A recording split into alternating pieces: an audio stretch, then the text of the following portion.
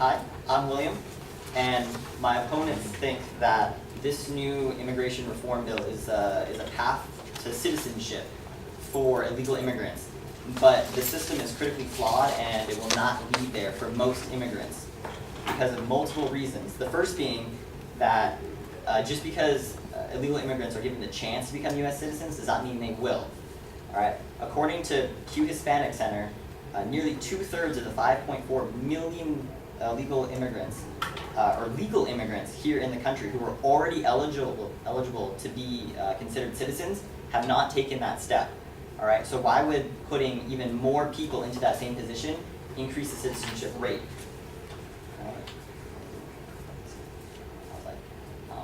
They say that they're going to increase the taxes to help pay for it, or they're going to have back taxes being paid.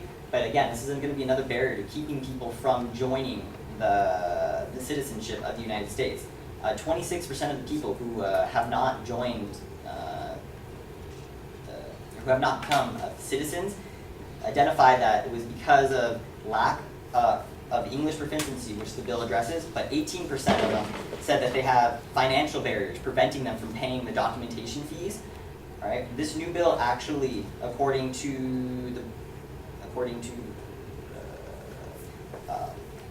the National Law Review, it requires them to pay any and all back taxes that they owe while living in the country, as well as application fees which are yet to be officially revealed, and a $500 fine for being in the country illegally. So illegal immigrants are already in the country and unable to pay their way to citizenship. Why would including more putting more fines on top of them help get everyone to become a citizen? I mean, it's just simply not going to work. And then so let's say even if the immigrants find the money and they want to be U.S. citizens, who says they're going to pay the correct amount of back taxes? According to Preston Julia of the New York Times, the immigrants would have to pay all of the back taxes they owe, but they would not be subject to any prosecution for failing to pay them. And on top of that, the only documentation required by them is paperwork from the immigrants themselves saying how much they owe to the IRS. Now, it's unrealistic to think the IRS is going to look into all of these people and exactly how much they're going to owe. That's going to leave huge financial gaps. All right? So the senators who are, again, according to the New York Times, the senators who wrote this bill said it's going to cost $17 billion, but that it would cost nothing out of the taxpayers because of the back taxes. But the back taxes are an unstable source of money that are not being documented carefully enough to make sure they're being paid correctly. So it's going to come out of taxpayer money. The money has to come from somewhere because it's not going to come from the immigrants.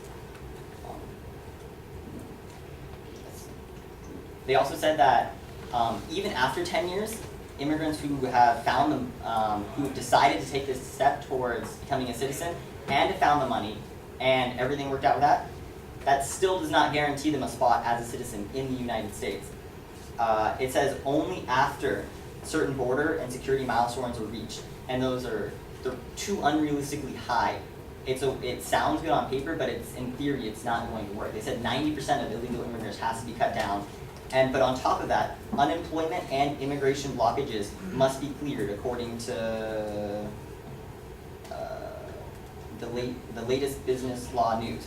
All right, those are very, very vague definitions. So what exactly does immigration backlogs and unemployment levels mean? That's up to the eye of the beholder. So you're putting all of these people's futures into the hands of the unknown. Also, the system is going to be based off the E-Verify system. The E-Verify system just does not work. It's been proven not to work, and it won't work in the future.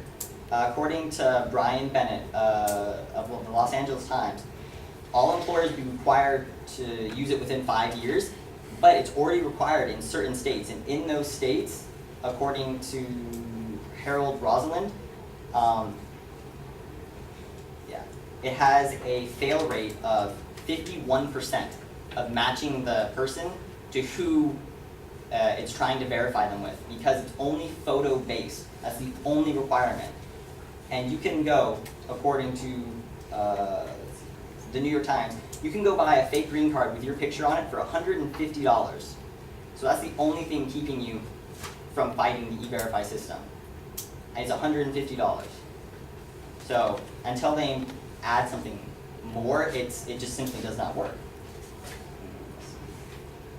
Yeah, as a matter of fact, Jim Harper, the director of information studies at the Cato Institution, said photographs are the weakest form of biometric identification. So if we're going to build this whole system, why are we going to build it based on photos that can be easily reproduced and faked? And then, lastly, the E-Verify system will also cost American citizens jobs. Okay, not only illegal immigrants are going to have to be verified under the new system, everybody working for the government will have to as well. All right, and due to the error rates, even citizens who already live here and work here, etc., will not match up with their own computer profiles. Right, most of them will be able to work this out, but according to estimates from American Progress, 77,000 American workers are going to lose their jobs because they are not going to be able to verify themselves with E-Verify because the system is so flawed. Okay. All right. And then, lastly, why do we need immigration reform now, out of all times? Why the $17 billion? There's no reason for it. The Pew Hispanic Center announced that net migration from Mexico to the United States has actually stopped and possibly even reversed. From 2005 to 2010, 1.4 million Mexican immigrants entered and 1.4 million Mexican immigrants left. All right, there is no immigration problem to fix.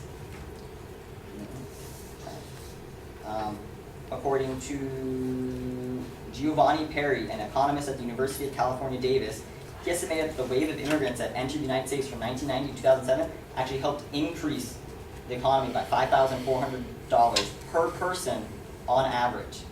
So by limiting all these people, we're actually hurting our own economy and we're paying to do it. So I don't see why we would do that. All right, thank you.